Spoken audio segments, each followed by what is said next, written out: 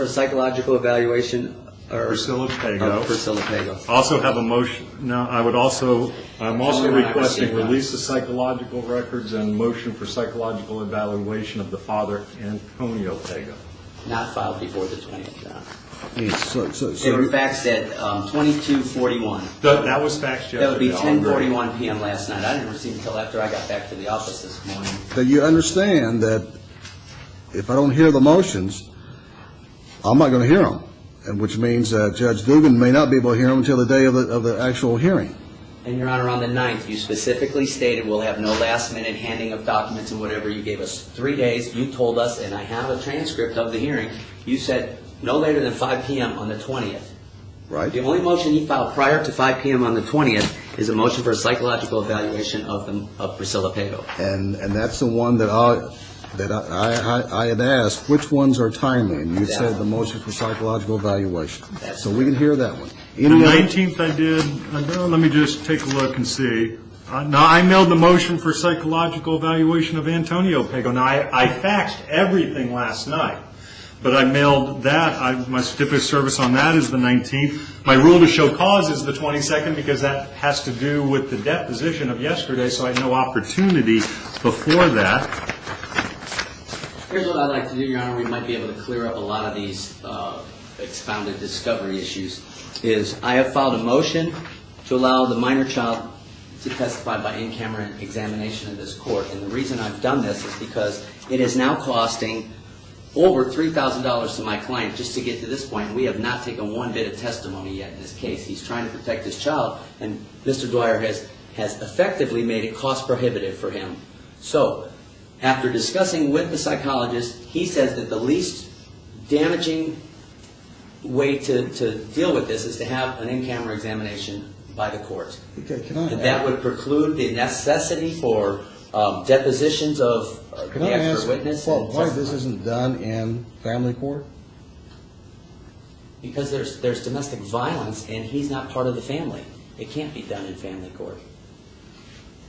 But what you were telling me didn't include domestic violence. So you're saying, what I've heard so far is that you want to prevent Mr. Dwyer from having any contact with the child because you're saying that Mr. Dwyer is violent towards the child. Is that correct? Your Honor, as I said 2 weeks ago when you asked me a similar question, was that there are allegations that we intend to prove, which we intended to do through expert testimony. Now I'm planning to do by way of the court doing an in-camera evaluation of this 9-year-old child, which I didn't want to do, but due to the costs involved, it's the only way that my client can afford to continue onward.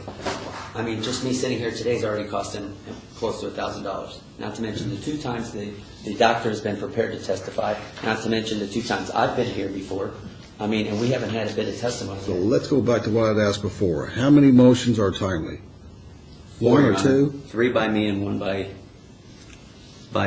the only one I received before 5 o'clock on the 20th was a motion for evaluation of the minor. On Friday, I did the motion to compel. Was it timely filed? Yes, the 19th. It was faxed to my office. But I also believe, yes, I faxed a copy of everything, including all the letters that I did on the filings. I faxed that to him. On the 19th? No, everything I faxed was yesterday. I faxed everything to him yesterday in an abundance of caution. On the 19th, I did the motion for psychological examination of Mr. Pago and the motion for psychological examination of the minor. I did the motion. Well, wasn't it supposed to be done by Friday? What, 5 o'clock? Saturday at 5 o'clock. Saturday at 5? And the 19th was by Friday. That was by Saturday at 5 o'clock. Now, I could not do the motion for a rule to show cause because that event had not taken place yet. Both of you are telling me different things here. So you're saying it was timely filed. Those 2 motions. The other 2 would not be timely filed according to the statement of the 20th, but the event had not occurred yet.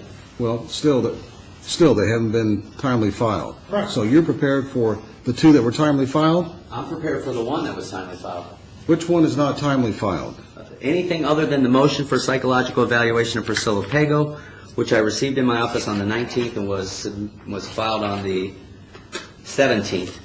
The other one, if he has a certificate of service that says he filed it on the 19th, Your Honor, I have a fax number. As he said last week, Mr. Moore could have called me. He could have faxed me on the 19th versus on the evening of last night. So which one are you contending that it was timely filed, that he's contending that it was not timely filed? Yes.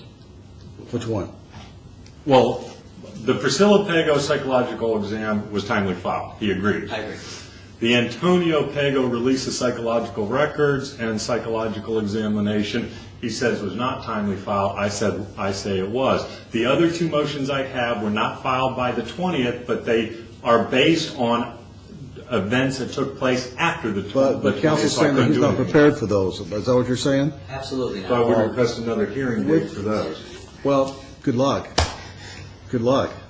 Which one are you ready to hear? As far as his, the only Yes. one that was timely filed, psychological evaluation of Priscilla Let's get Pago. something done. And we'll argue about the rest right now. So let's hear that motion first. Yes, Your Honor. I move for a psychological examination of Priscilla Pago. And he, of course, I guess it's a corollary, he's got a motion to avoid her testimony or avoid the testimony of the psychologist by having an in-camera inspection by the court of the minor. That is a violation of the Sixth Amendment, right to confrontation of witnesses. We talked briefly, I think, last time we were here about Crawford and about, of course, there's the Davis versus Washington and the state of Florida Supreme Court case in Contreras dealing with the right of confrontation and any testimony by a minor and whether a minor would be unavailable. And basically, if you read Contreras, they hold that, number one, you'd have a right in all instances to take the deposition of the minor child, and that the court must make a decision, and the court must look with regard to the confrontation clause of the U.S. Constitution, that it requires something, according to the Supreme Court of Florida, more than subjective mental anguish and emotional scarring from testimony. The requirement is that the court must make a determination, and in this case involved psychological examination of a doctor who not only examined the child, but looked at the records, at depositions, interviewed people, and things like that.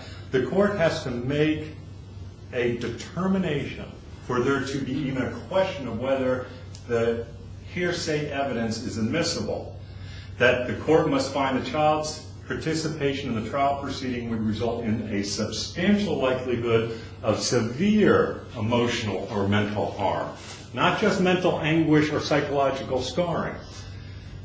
For this court to do an in-camera inspection would basically turn your honor into a psychological witness for the child. My right for discovery not only would involve the deposition of the minor, but the deposition of whoever is going to be an advocate for the minor as to what effect testimony by the minor will have on the minor. That is part going into now the taking the deposition of the expert witness. He will have to provide expert testimony, and I should have a right to an independent expert testimony as to what likely effects this would have on the minor child. I have every right to present that so the court can make a reasonable determination as to whether or not this potentially qualifies under a Crawford and Contreras standard as to consider, because as the court in Contreras said, just because it qualifies on 832.27 as to a unavailability of a child victim, just because it qualifies as hearsay, it doesn't make it admissible. That's a separate determination the court has to make, but the linchpin of it is the court has to make a determination based on evidence as to what the psychological effect would be, and is it just might be mentally stressful or anguishing, or will it in a substantial likelihood cause severe emotional distress?